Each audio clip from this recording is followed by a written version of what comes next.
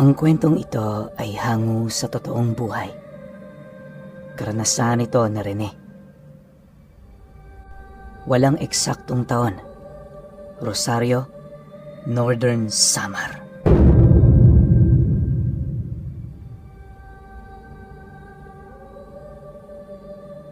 Marami ang nagtatanong sa akin kung sino ako at bakit may ganito akong abilidad. Yung iba humahanga sa kakayahan ko, habang yung iba naman pinipilit makipaglapit dahil sa takot na maging kalaban ko sila. Para sa akin, pinuno, wala naman akong pakialam sa mga kagaya nilang mahihina. Ang sa akin lang, maprotektahan yung alam kong sa akin. Narinig ko ang opinyon mo sa sinulat ko para sa'yo. Talaga namang napangiti ako at naantig sa pagsasabuhay mo ng istorya ko. Kaya alinsunod sa gusto mong mangyari, ibabahagi ko sa'yo ang isa sa mga karanasan ko na nilimot na ng panahon.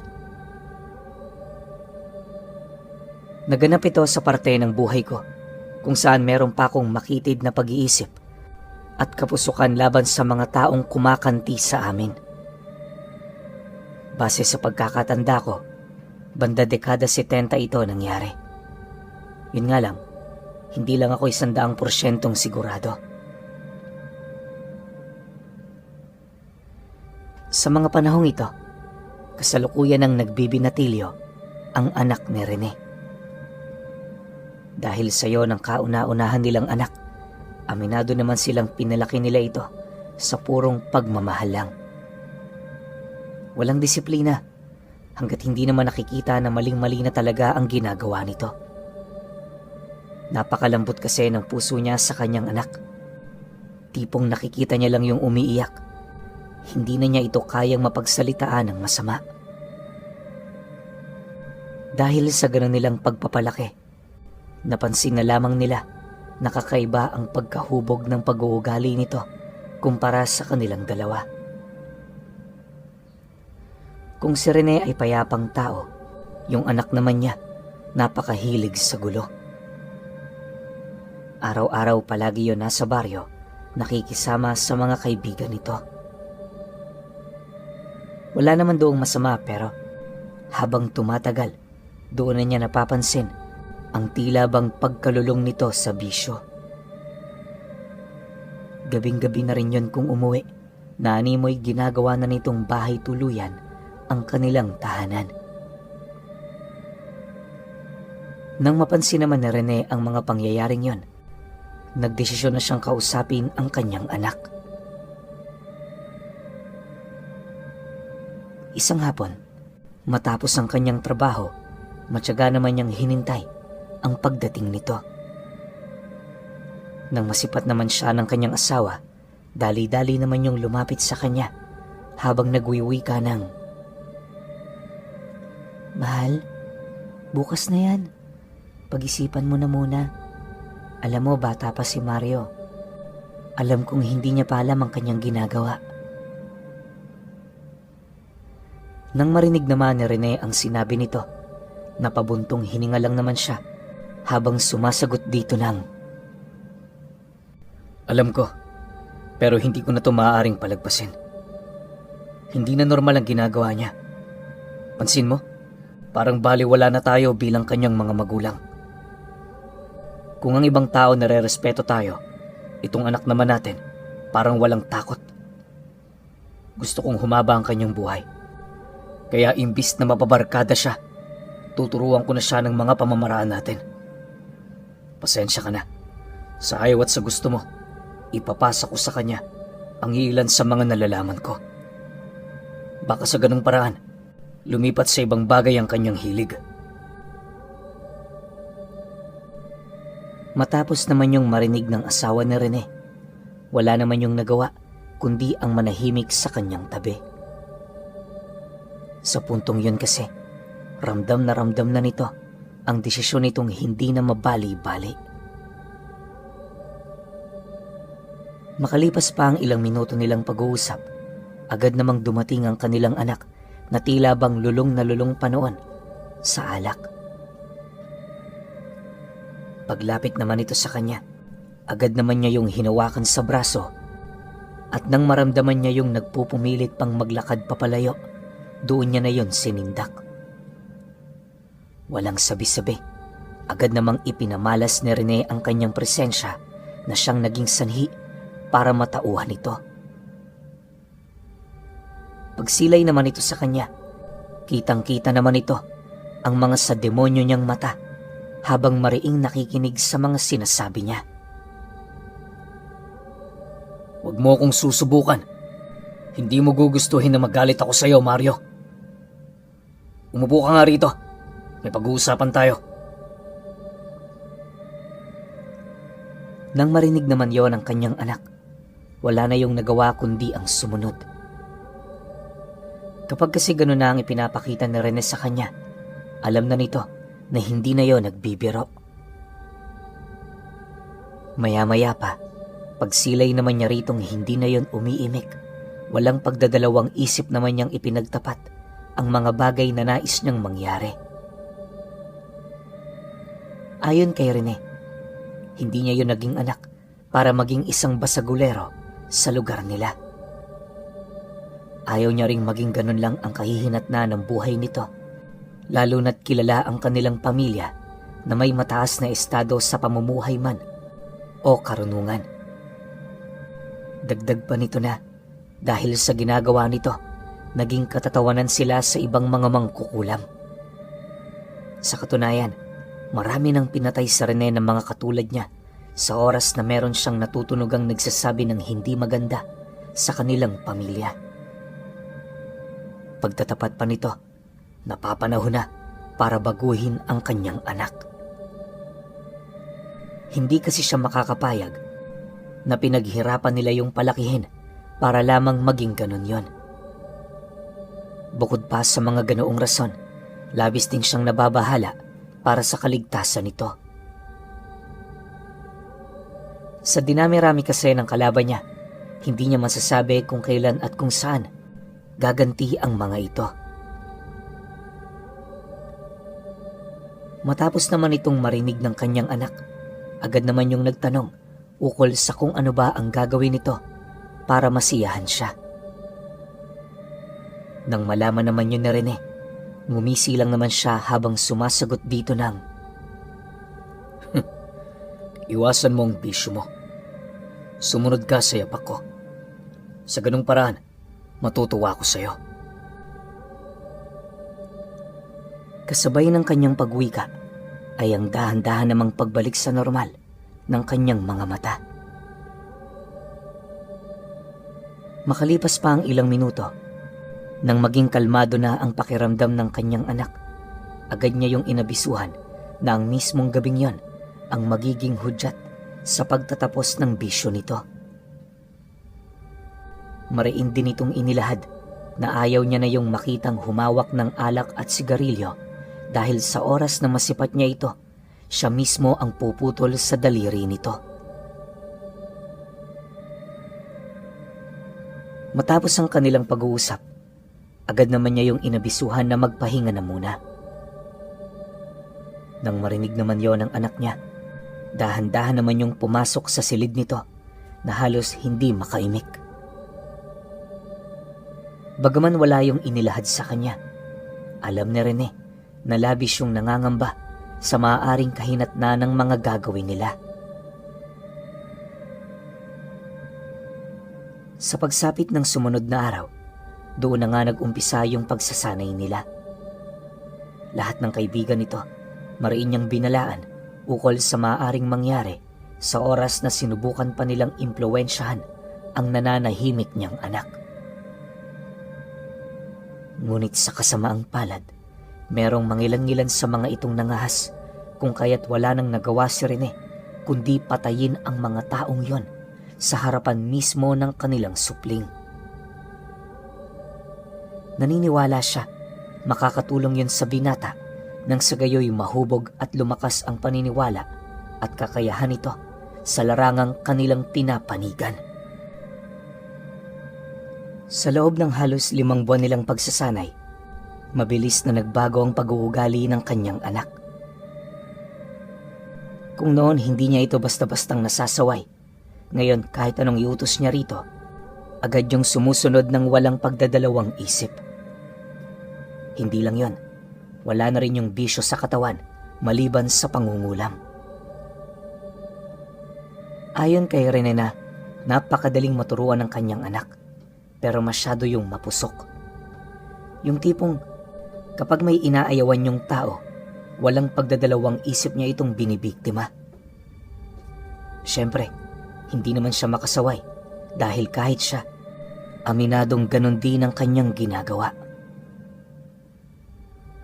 Ang mas ikinagulat pa noon na rin napakahalang ng kaluluwa ng anak niyang yon.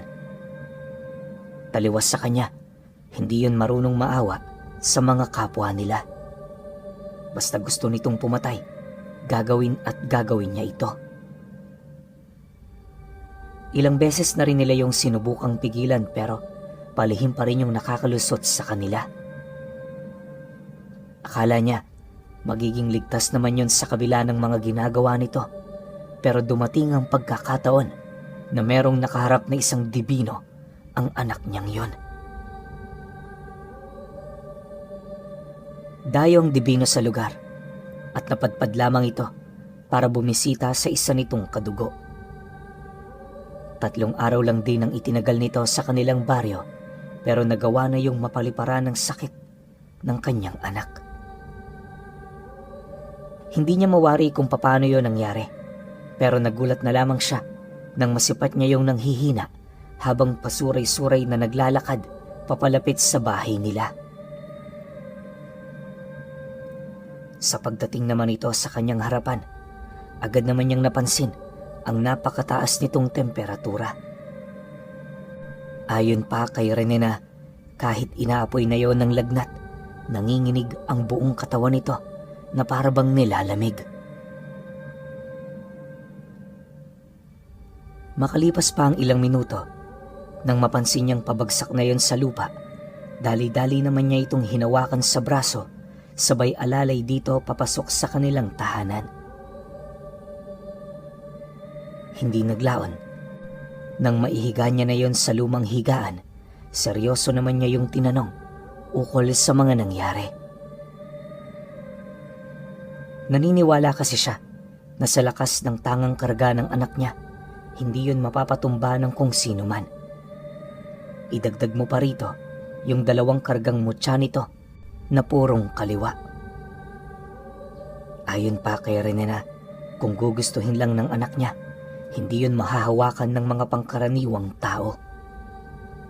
May kakayahan din yung baliwin ang mga taong kinagagalitan nito na sa pamamagitan lamang ng paghawak sa buhok ng kanyang biktima.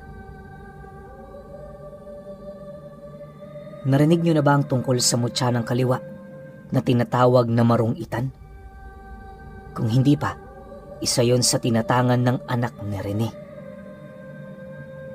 Hindi naman komplikado ang paggamit ng mutya. Ang mahirap lang, yung pagbuo nito.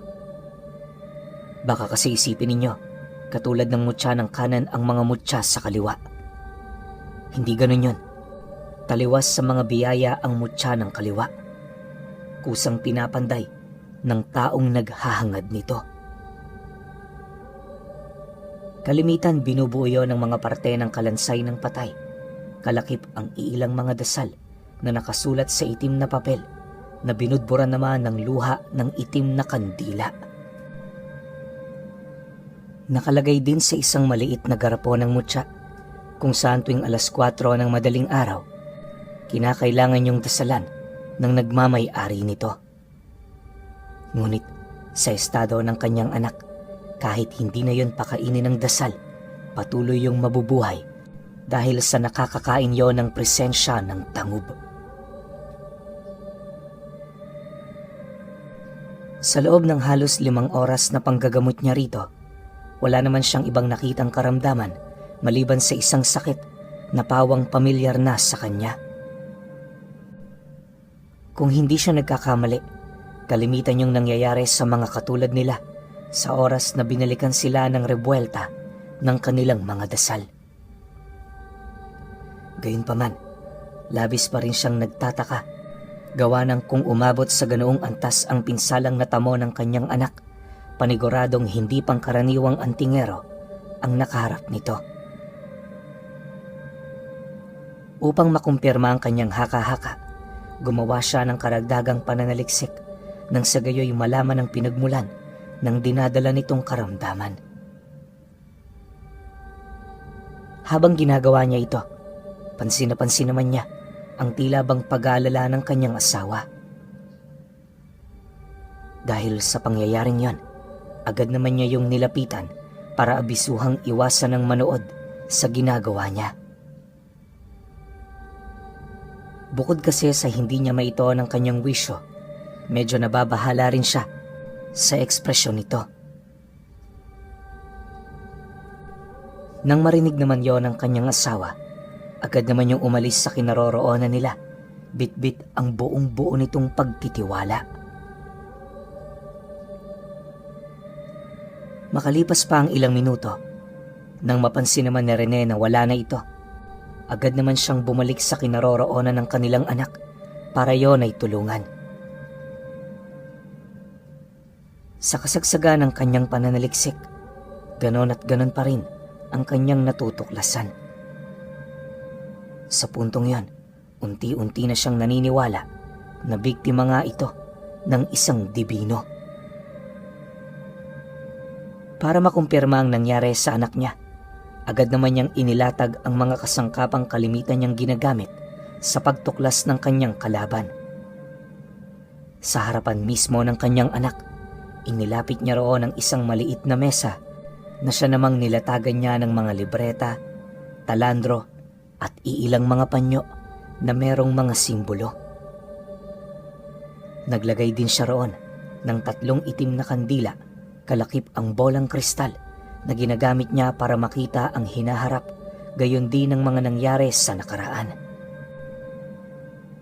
Sa pag-uumpisa ng kanyang pagdarasal, dahan-dahan naman niyang sinunog ang buhok ng kanyang anak habang maiging pinagmamasdan ang bolang kristal. Maya-maya pa, nang matupok na ang buhok na yon, doon na siya taimtim na nagbigkas ng 9 na buhay na kataga. 3 beses niya yung sinambit hanggang sa nagpakita na sa kanya ang iilan sa mga pangyayaring kinasangkutan ng kanyang anak. Base sa nakita noon na Rene, payapa yung naglalakad noong mismong umaga nang may makasalubong itong matanda na nagdadala ng kakaibang presensya. Taliwas yon sa tinatangan nila, kaya na may naging mapusok doon ang binata. Sa pagharap naman ng dalawa, agad naman yung pinansin ng kanyang anak na merong halong pagbabanta. Dahil sa hindi naman yun nagustuhan ng matanda, napasilay lang naman yun doon, subalit wala itong binanggit na kahit na anong kataga. Nang magkalayo na silang dalawa, pasimple namang umihip ng usalang kanyang anak na siya namang hinayaan ng matanda. Makalipas pa ang ilang minuto, nang makarating na yon sa isang liblib na lugar, doon na nito inumpisahang gawin ang pamamaraan ng pangungulam. Ngunit hindi niya pa man natatapos ang kanyang ginagawa, tila bang nagkaroon na ito ng rebuelta sa sarili niya.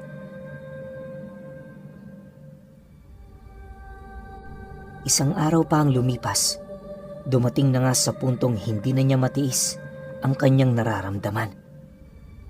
Kaya na may nagpasya na yung humingi ng tulong sa kanyang mga magulang. Ito na rin ang naging hudyat ng pagsakop ng karamdaman sa kabuoang katawan ng kanyang anak.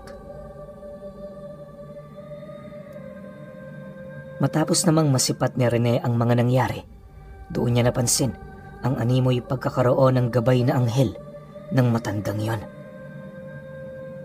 Sa isip-isip niya, paniguradong hindi yun isang pangkaraniwang albularyo dahil sa gabay nito. Dala naman ang kanyang pag-aalala, pansamantala nilapatan niya ng paunang lunas ang anak niyang yon. Nilagyan niya rin yon ng pangontra at iilang mga alay na laman lupa upang hindi na gaanong lumala pa ang rebuelta. Pagsilay naman niyang unti-unti nang bumubuti ang lagay nito, agad naman siyang nagpaalam sa kanyang asawa na tutungo siya sa baryo. Ayon sa kanya, hindi na siya makapaghintay ng bukas gawa ng malakas ang kanyang kutob na maaaring hindi na yon mabuhay pa. Hanggat meron pang pagkakataon, magsusumikap siyang pakiusapan ang dibinong yon. Nang marinig naman ito ang kanyang sinabi, dali-dali naman itong isinarado ang pinto at kasabay nito ang mabilis na namang pagtakbo na Rene. Habang binabagtas niya ang daan, paisa-isa naman niyang ikinakalas ang kaliwang karga sa kanyang katawan para makibagay sa taong kanyang pupuntahan. Maya-maya pa, nang marating na niya ang sentro, agad naman niyang sinundan ng bakas nito hanggang sa nakarating na nga siya sa isang maliit na bahay na maraming nakasinding gasera sa loob. May iilan din noong tao sa bakuran nito na parabang inabot na ng lalim ng gabi, kakatipon ng mga nilulukad nilang kopra. Nang masipat naman yon ni Rene, agad naman siyang pumasok sa loob ng bahay nito para magtanong. Hindi naglaon. Nang makaharap na niya ang mga lalaki, kalmado naman siyang nagtanong dito ng, "Mga Manoy, magandang gabi ho. Itatanong ko lang ho sana kung dito sa inyo nanunuluyan yung matandang dayo sa ating lugar. May nagawa kasi siyang pagkakamali sa anak ko. Nais ko lang yung linawin. Huwag ho kayong mag-alala, hindi ako gagawa ng gulo." Nang marinig naman ng mga ito ang kanyang sinabi, bahagya naman yung napaatras, gawa ng matagal na nilang kilala itong si Rene. Alam din nilang kung ano ang kaya nitong gawin, kaya na may walang pagdadalawang isip nilang tinawag yung matandang nagpapahinga sa kusina ng bahay na yon.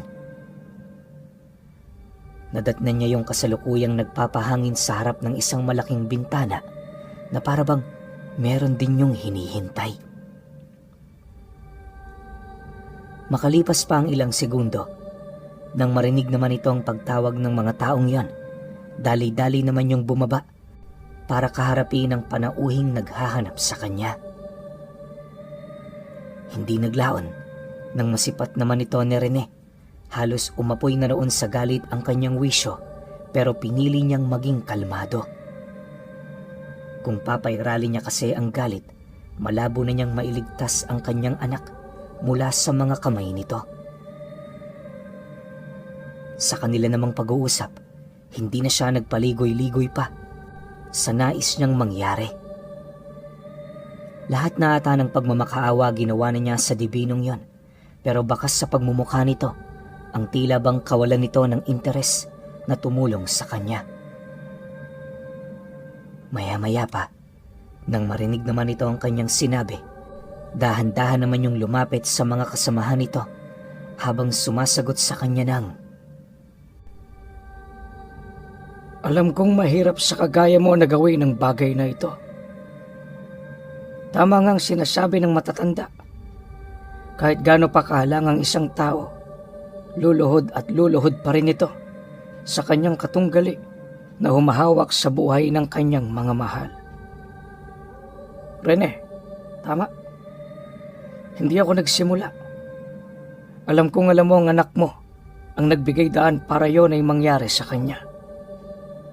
Pasensya ka na. Nais ko mang tulungan ka, pero wala akong kontrol sa mga rebuelta.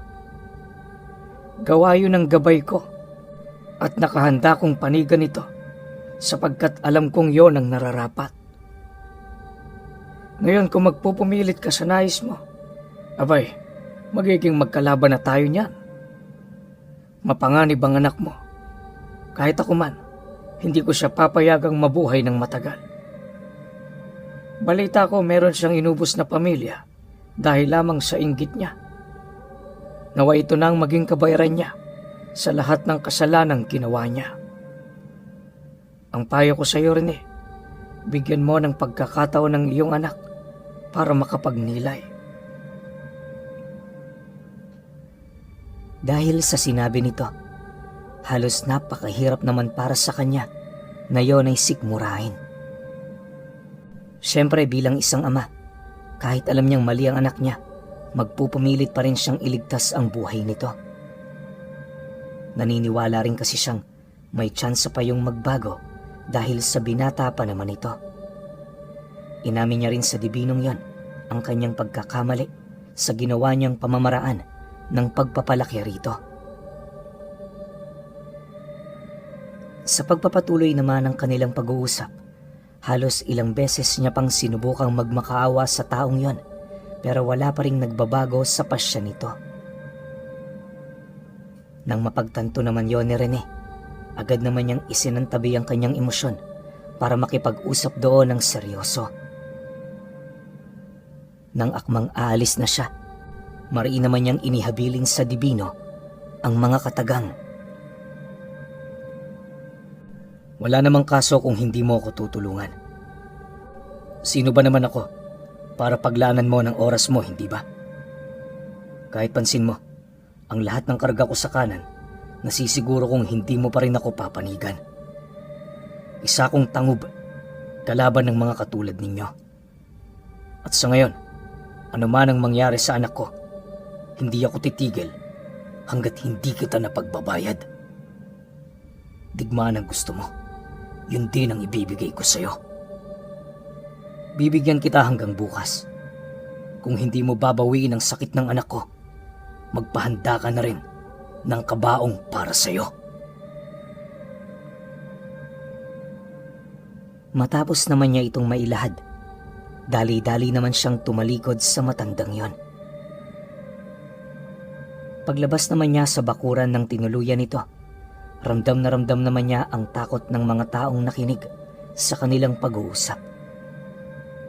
Gayunpaman, sa kabila ng kanyang mga babala, nanatili pa rin kampante ang dibino. Pansin din niya ang gabay nitong nakalutang sa ere na para bang meron itong nais masilayan sa kanyang katawan. Sa pagbalik naman niya sa kanilang pamamahay, dali-dali naman niyang pinuntahan ang kanyang anak na patuloy pa ring inaapoy ng lagnat.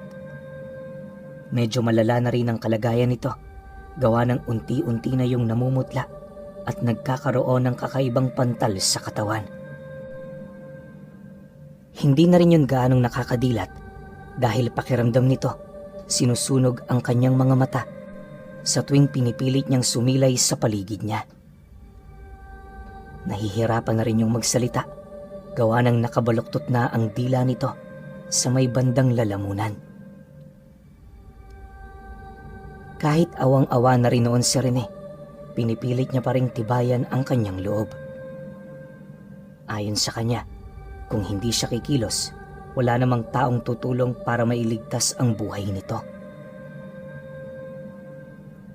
Ilang oras pa ang dumaan. Pagtungtong naman ng 2:00 ng madaling araw, doon na nagkaroon ng kakaibang kilos yung anak niya. Ang panginginig ng katawan nito, mas lalo nang lumalakas na para bang nag-uumpisa na rin yung magdeliryo. Dahil sa pangyayaring yon, marami na siyang sinubukang gamot, ngunit sa kasamaang palad, wala siyang nahanap na lunas para makontra ang rebueltang bigay ng dibino. Bago pa man tumungtong ang 5:00 ng madaling araw, tuluyan nang binawian ng buhay ang kanyang anak. Hindi na nito nakaya pang lumaban dahil ang sumpang nananalaytay sa katawan nito ay merong napakalakas na epekto. Nung namatay nga ang anak niyang yon, bumaluktot ang mga paa at braso nito. Nasunog din ang dila nito at yung mga mata nito sobrang itim na halos may hahalin tulad mo sa kulay ng uling. Matapos ang mga pangyayaring yon, wala na ngang nagawa si Rene kundi ang umiyak sa harapan ng kanyang anak. Kahit kitang-kita niya ang bangkay nito, hindi pa rin siya makapaniwala na yon ay wala na. Nang marinig naman ng kanyang asawa ang kanyang hagulgol, agad naman yung pumasok para yakapin ang nawala nilang anak. Para sa kanila, napakahirap nitong tanggapin, gawa ng hindi nila inaakala na gano'n ang mangyayari sa kanilang pamilya. Akala ni Rene makakatulong ang pagmulat sa kanyang anak, pero yun pa pala ang naging mitya ng pagkawala ng buhay nito. Wala ring ibang sinisi ang kanyang asawa kung hindi siya. Ayon dito na, kung binantayan niya lang yon ng mabuti, di sana hindi yun napahamak. Dagdag pa nito na, nakakatulong nga siya sa ibang tao pero sa kanyang anak, wala siyang nagawa, kundi hayaan na lamang yung mamatay. Ilang oras pa ang dumaan, nang medyo humupa na ang emosyon buhat sa kanilang pagdadalamhati, agad naman siyang kumuha ng mga kawayan para gumawa na ng kabaong. Kahit labag sa kanyang loob, hindi na niya pinaglamayan ang bangkay nito. Sa halip direktahan niya na yung sinunog sa likuran mismo ng kanilang tahanan. Bagaman inaasahan niyang marami ang magtatanong ukol sa pagkawala nito, nagdesisyon siyang sabihin na lamang dito ang totoo. Sa huli, wala rin naman yung magagawa, lalo pat hindi naman nila kaano-ano ang nawala. Malakas din ang kutob ni Rene na magiging katawa-tawa ang mga nangyari para sa mga taong may galit sa kanila, kaya na may ipinangako niya sa harapan ng bangkay ng kanyang anak na sa oras na mapaslang niya ang dibino, isusunod niya ang mga taong yon. Pakiramdam niya kasi, yon ang magbibigay ng panibagong katahimikan sa kanyang buhay. Naniniwala rin siyang hindi siya makakatulog ng mahimbing, lalo na kung alam niyang nabubuhay pa rin yung mga taong dahilan kung bakit nawala ang kaisa-isa nilang anak. Matapos naman niya itong mailibing, lahat ng karga niya sa kanan, tinago na niya muna sa aparador na nasa ilalim ng kanyang altar. Nang maipasok na niya ito, lahat ng tinatangan niyang medalyon sa kaliwa, inumpisahan na niyang suotin at pakainin ng dasal. Ang mga abo naman ng aswang na kanyang inimbak, itinabi na niya sa mga kandilang itim na halos 7 araw niyang hinayaan na nakasindi. Sa ganoong pamamaraan kasi, unti-unting nabubuhay ang mga negatibong enerhiyang namamahay sa mga gamit na yon. Makakatulong din yun para sa kanya upang mapalakas palalo ang pangungulam na gagawin niya. Nagdesisyon na rin noon si Rene na pawang mga malalalim na uri lamang ng kulam ang kanyang gagawing pag-atake para sa dibino. Siya kasi ang uri ng taong hindi nang mamaliit sa mga katunggali niyang nakagawa ng masama sa kanya. Sa paglipas pa ng mga araw, walang ibang hinintay si Rene kundi ang pagsapit ng kabilugan ng buwan. Kahit nabalitaan na niyang umalis na ang dibino sa kanilang lugar, nagpatuloy pa rin ang ginagawa niyang ritual sa paniniwalang kahit saan mang lupalop yun makarating, masusundan at masusundan pa rin ito ng kanyang palipad hangin. Sa pagtungtong naman ng araw ng Biyernes, ikahuling linggo ng buwan, sumapit na nga ang kabilugan nito. Magbabandang hapon pa lamang noon, medyo abalang-abala na noon si Rene sa paghahanda ng kanyang mga gamit. Upang mas maging epektibo ang mga gagawin niya, lahat ng kanyang mga karga dinala niya sa likurang bahagi ng bahay nila kung saan mula roon tumatama ang napakalakas na liwanag ng buwan. Hanggat maaari, itinabi niya rin yon sa puntod ng kanyang anak nang sa gayoy kahit wala na ito, magagawa niya pa rin magamit ang puot na naiwan nito sa kanyang katawang lupa. Matapos naman niyang mailatag ang lahat-lahat, doon na niya kinuha ang isang maliit na timbang punong-puno ng abo ng aswang. Taliwas sa kanyang nakasanayang pangungulam, ang gagawin niya sa mismong gabing yon ang pinakabukod tangis sa lahat. Isa rin ito sa pinakamataas na karunungan ng tangub, kung saan kahit malalakas na uri ng antingero, kayang-kaya nitong patumbahin. Bagaman hindi siya umaasang mapapatay niya sa ganoong atake ang Divino, naniniwala siya na maapektuhan yon ng sobra. Makalipas pa ang ilang minuto, dahan-dahan na niyang binuksan ang paunang dasal, hudyat ng pag-uumpisa ng ritual. Matapos naman niya itong gawin, doon na niya ibinuklat ang pinakaunang pahina ng librong naroon sa gitna ng mesa. Pasensya na kayo, hindi ko maaaring sabihin ang nilalaman nito. Pero ayon kay Rene, tungkol lang yon sa mga sinumpaang tungkulin ng mga nagdaang tangub. Kapag kasi sinusubukan nilang gumawa ng mga sinaunang ritual, kinakailangan nilang magpaalam sa mismong nagmamay-ari nito.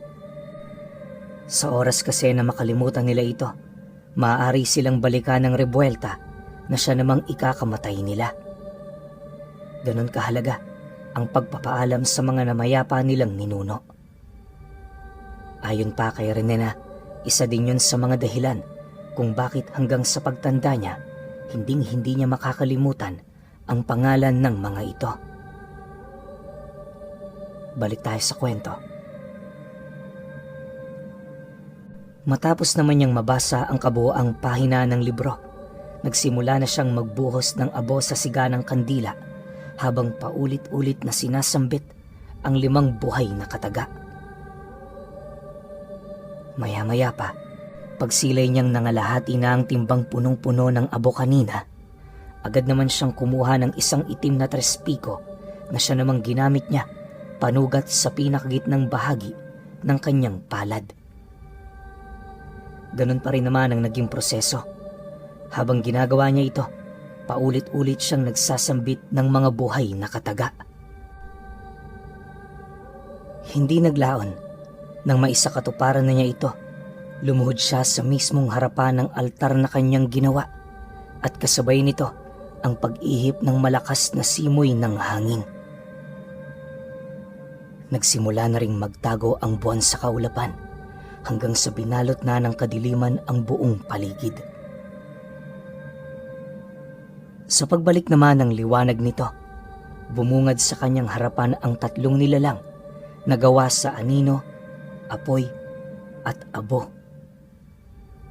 Nanlilisik ang mga mata nito at sa estado nito, para talaga yung isang demonyong nagkaroon ng sariling wangis.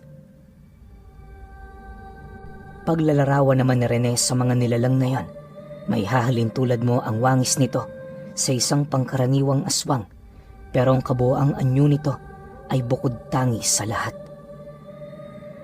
Bukod sa mga bumibitak-bitak nitong balat, kitang-kita rin niya ang isang malakas na siga na tila bang nagbibigay buhay sa mga nilalang na yon. Labis ding nakakapanindak ang mahaba nitong pakpak na halos punit-punit na at mapagkakamalan mong hindi na yon nagagamit sa mismong paglipad. Pero ayon kay Rene, di hamak na mas mabilis pang lumipad ang mga nilalang na yon kumpara sa mga ordinaryong gabunan. Dagdag pa niya na marami ring armas ang mga ito, kagaya ng mahaba nitong buntot na merong matutulis na dulo. May kahabaan din ng braso ng mga nilalang na yon at napakakunat din ng katawan nito. Parang sa kambing din ang kanilang mga paa na siya namang tumutulong sa kanila para makalundag ng mataas. May likas din yung bilis na halos hindi magawang masundan na may pangkaraniwang paningin ng isang tao. Pagtatapat pa niya na ang mas nakakapangilabot sa mga nilalang na yan ay ang kakayahan nitong kumain ng kaluluwa. Dahil sa isa yung purong espiritu, tanging mga wisyo lamang ng kanilang papatayin ang kanilang punteriya. Kapag nahigop na nila ang kaluluwa, yun na rin ang magsisilbing kabayaran ng taong tumawag sa kanila. Subalit, sa oras na mabigo ang mga nilalang na yon, magbibigay ito ng matinding dagok sa tangob na lumikha sa kanila. Bagaman alam ni Rene ang kahihinat na nito, nanatili pa rin siyang nananalig sa kanyang karunungan. Ni minsan kasi, hindi pa siya nito ipinahiya, kaya tiwala siyang magagawa nitong maayos ang kanyang nais. Maya-maya pa, nang mapansin naman niya ang pagsilay sa kanya ng mga nilalang na yon, agad naman niya yung kinausap sa pamamagitan ng kanyang isipan. Lahat ng kanyang galit ibinahagi niya sa mga ito upang magkaroon niyo ng sapat na dahilan para sumunod sa kanyang mga utos. Makalipas pa ang ilang minuto, mabilis naman yung lumipad papaitaas na siyang naging sanhi upang masaksihan niya ang napakaitim na usok na naiwan ng mga ito sa hangin. Sa kanyang pagmamasid, rinig naman niya ang iilang mga kaluluwa na pilit tumatakas sa katawan ng mga nilalang na yon. Maya-maya pa, nang makalayo na ang mga ito, agad naman siyang napahandusay sa lupa, dala ng matinding pagod na kanyang naramdaman. Sa pagbalik ng katahimikan sa paligid, matyaga naman siyang naghintay sa pagbalik ng mga nilalang. Inaasahan na rin niyang matatagalan ito, pero hindi niya na yon inisip pa.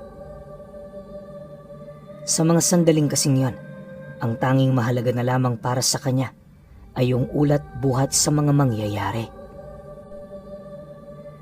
Kalahating oras pa ang lumipas, bigla naman siya noong napatayo, matapos naman niyang masipatang tatlo na mabilis na lumilipad pabalik sa kinaroroonan niya. Sa paglapag naman ng mga nilalang na yan, pansin naman niya ang iilang matitinding pinsala nitong natamo sa kanilang mga katawan. Malalim na rin ang ginagawang paghinga ng mga nilalang na para bang hindi biro ang taong sinubukan nilang kitilan ng buhay. Dahil sa pangyayaring yon, agad naman itong tinanong ni Rene ukol sa mga nangyari. Subalit, nang marinig naman ng mga ito ang kanyang sinabi, hindi na yon nakapagsalita pa dahil tapos na ang oras ng kanilang kontrata. Sa pagkawala naman ng mga ito, muling nanumbalik ang siga na nagmumula sa mga kandila. Nagsimula na ring maging normal ang paligid hanggang sa tuluyan na ngang nawala ang bakas ng mga nilalang na yon. Matapos namang mapagtanto na Rene na hindi kaya ng ganoong pamamaraan ng kulam ang dibino, nagpasya na siyang lumapit sa mga kakilala niyang aswang. Taliwas kasi sa mga nilalang na yon, may kakayahan ng mga pangkaraniwang aswang na gumawa ng kanilang mga taktika at desisyon. Hindi yon katulad ng mga nilalang na tinatawag niya na sugod lang ng sugod, kahit alam nitong naglipa na ang mga patibong sa lugar na pinuntahan nila. Walang duda, malakas naman yon, pero sa pamamaraan nito ng pagpatay, medyo hindi bilib itong si Rene. Sa halos ilang beses niya na kasi itong ginamit, yun talagang madalas niyang napapansin sa mga nilalang na yon.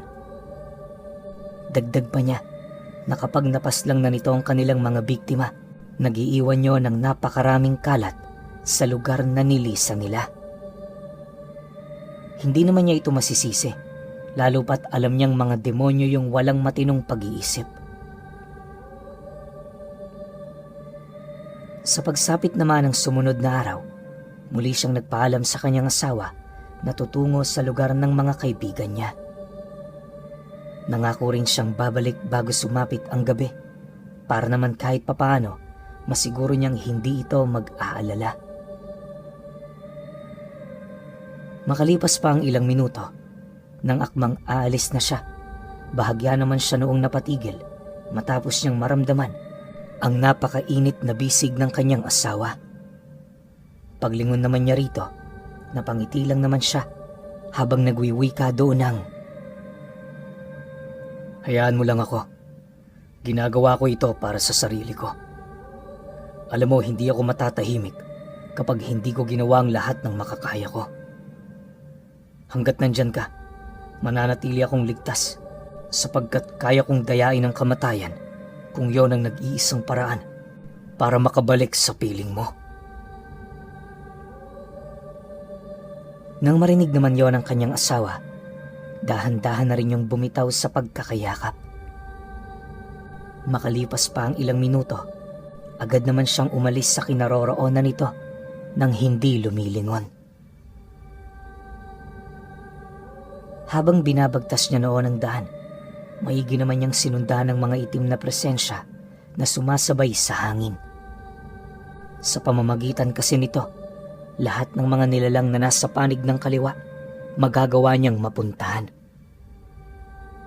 Gamit ang ganoong abilidad, ultimo yung mga nilalang na nagtatago, walang takas sa kanya.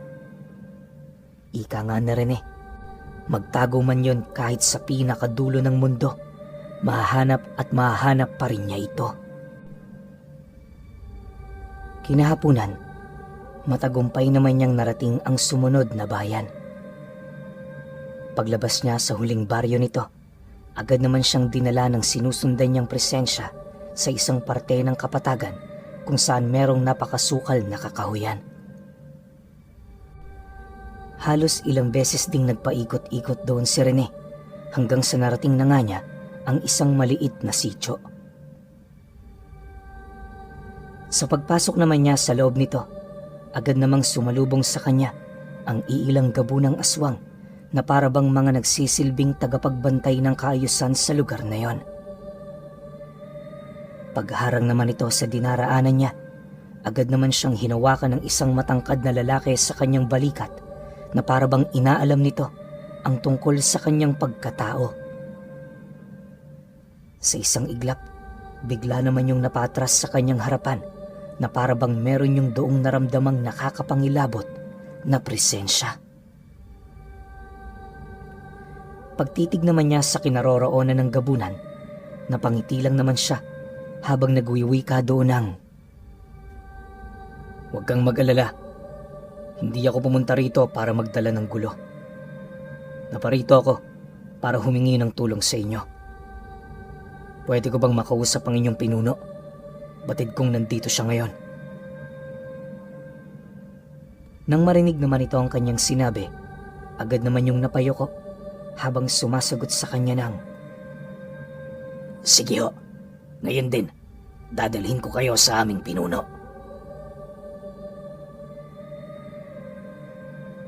Matapos naman itong makapagsalita, agad naman siya nitong sinabayan patungo sa pinakadulong parte ng sityo. Pagdating naman nila sa lugar na yon, doon tumambad sa kanya ang isang maliit na kubo na kulay itim. Napakaluma na rin ang bahay na yon. Parang ilang taon na itong nakatayo sa lugar na yon. Makalipas pa ang ilang minutong pagmamasid, dahan-dahan namang bumukas ang pinto nito, alinsunod sa pagtawag ng gabunang kanyang nakausap. Maya-maya pa, nang masipat na siya ng pinuno ng mga gabunan, nagmamadali naman yung lumapit sa kanya para ibigay ang serbisyo ng kanilang tribo. Ayon sa nilalang na yan, nakahanda itong tumulong kung yon ang nais mangyari ni Rene. Kailan may hindi nila maaaring talikuran ang mga tangub, lalo pat isa yon sa mga pundasyon ng kanilang lahi. Nang marinig naman niya ang sinabi nito, agad naman niya yung diniretso. Ipinagtapat niya sa mga nilalang na yon, hindi biro ang makakalaban nila, kaya na may humanda ang mga ito sa mga maaaring mangyari. Dagdag pa na rin na isang dibino ang kanilang makakaharap, kung kaya't mas mainam na wag nila itong mamaliitin. Sa pagpapatuloy naman ng kanilang pag-uusap, pansin na pansin naman niya ang tila bang pagkabahala ng mga gabunan. Gayunpaman, kahit naisin ng mga itong tumanggi, Hindi yun maaari. Lalo na't sa kahit na anong aspeto, kinakailangan nilang sumunod sa lahat ng kagustuhan ng mga nilalang na nakakataas sa kanilang lahi. Meron kasi silang paniniwala na ang mga buhay nila pawang umiira lamang para sundin ang mga nais mangyari ng mga nilalang na nagbigay pundasyon sa kanilang uri. Dahil sa ganoong paniniwala, madali namang nakontrol ni Rene ang halos kabuoang puwersa ng mga ito. Bago pa man sumapit ang takip silim, kasalukuyan na nilang tinatahak ang daan patungo sa lugar ng Dibino. Upang mas mapadali ang kanilang paglalakbay, napilitan na ang mga itong magpalit anyo. Dahil dito, bago pa man sumapit ang alas 7, kasalukuyan na nilang napapalibutan ang bahay ng Dibino. Pagsilay naman doon na Rene, may napansin naman siyang dalawang lalaking naroon sa labas ng bahay nito na pawang mga antingero. Sa isip-isip niya, maaaring bantayo ng matanda upang masigurong meron yung makakatuwang sa oras ng panganib. Dahil sa sitwasyong yon, minabuti naman nilang maging maingat sa lahat ng kanilang mga plano. Hanggat kaya rin nilang lumapit sa bahay nito ng hindi natutunugan, pilit nila yung isinasakatuparan. Subalit, dahil sa talas ng pandama ng mga antingerong yon, hindi pa man sila nakakalapit sa bakod nito, tuluyan na nitong natuklasan ang kanilang grupo. Walang sabi-sabi, buong puwersa naman sila nitong sinugod na siyang naging sanhi upang malipol ang halos 5 sa kanilang mga kasama. Pagsilay naman ng pinuno ng mga gabunan sa nangyari, wala na yung nagawa kundi utusan ang mga kasama nito na makipaglaban. Sa isang iglap, binalot ng matinding labanan ng lugar na yon na halos tumagal lang naman ng 1 oras. Ayon sa kanya, na habang pinagmamasdan niya ang mga nangyayari, kitang-kita niya na wala talagang panama ang kanyang mga kasama laban sa mga antingero. Isipin ninyo dalawa lamang ito pero halos malipol na nito ang kabuuan sa mga gabunan. Inaasahan naman yun ni Rene, lalo pat bantayo ng isang Dibino. Subalit sa kabila nito, nagpatuloy ang kanilang pakikipaglaban hanggang sa dumating ang puntong nasipat na niya ang Dibinong pumatay sa kanyang anak. Paglabas naman ito sa isang maliit na kubo, buong puwersa naman niya yung sinugod gamit-gamit ang kanyang tabak na binabalot ng lason at sumpa. Sa paglapit naman niya sa kinaroroonan nito, halos ilang beses naman niya yung inundaya ng taga sa katawan, pero yung mga pag-atake niya, pawang tumatalbog lang. Pakiramdam niya nga noon, walang talim ang kanyang tabak na hawak. Dahil sa pangyayari, napilitan na siyang ibato ito para magawa na niyang maituon ang kanyang wisyo sa espiritual na kombate. Pinalaga naman siya noon ng Dibino, pero pansin niyang parang hindi naman yun seryoso. Maya-maya pa, nang akmang ilalabas na niya ang isa sa mga alas niya, bigla naman siya nitong pinigilan habang mariin yung nagwiwika sa kanya ng, "Makinig ka, Rene. Wala akong kasalanan sa pagkamatay ng anak mo. Bakit mo ako sisisihin? Gayong prinotektahan ko lang ang sarili ko. Isusuko mo na ba ang lahat para lamang mapatay ako? Oh, may tsansang magapi mo ako sa gagawin mong yan. Pero alam ko, katumbas siya ng buhay mo. Isusuko mo na ba ang lahat-lahat? Hindi mo man lang ba naisip na meron ka pang asawa? Umatras na kayo. Kapag ginawa nyo yan, amanos na tayo. Kalimutan na natin ang lahat. Mag-umpisa tayong muli sa ating mga buhay." Dahil sa sinabi nito, bigla namang tumigil ang kanyang kamay sa pagdakot ng garapong naglalaman ng libretang isiniksik niya rito. hindi naglaon. Nang medyo kumalma na siya, dahan-dahan na ring napatras ang mga gabunang natitira. Nang magkaroon na sila ng sapat na distansya, tahimik namang umalis sila Rene sa lugar. Wala na rin siyang binanggit pa na kataga, gawa ng naisip niya ang magiging kalagayan ng kanyang asawa kung sakali mang siya ay mawala. Hindi niya mawari noon pero alam niyang may kabuluhan yung sinasabi ng Divino. Matapos ang mga pangyayaring yan, umuwi silang 8 sa kanilang mga kasama ang nag-alay ng buhay. Gayunpaman, hindi ito gaanong inisip ni Rene, lalo na't ang naging resulta nito ay pagkakaroon niya ng kapayapaan para sa kanyang sarili. Sa paglipas pa ng mga araw at buwan, pilit niyang ibinalik sa normal ang kanilang pamumuhay. Magmula noon pinuno, kahit masakit sa kanya, unti-unti na niyang natutunan ang pagtanggap sa nangyari sa anak niya. Ayon kay Rene, isa ang istoryang ito ng kanyang buhay na halos muntik-muntik na niyang isuko ang lahat. Pero kahit ganoon ang nangyari, nagpapasalamat pa rin siya dahil hindi niya nagawang magamit ang isa sa mga mapanganib na kakayahan ng tangub. Hanggang dito na lang ang kwento ni Rene, pinuno. Sana'y nagustuhan mo at ng iyong mga tagapakinig. Bigyan na lang din natin ito ng titulo na Tangub kontra Divino.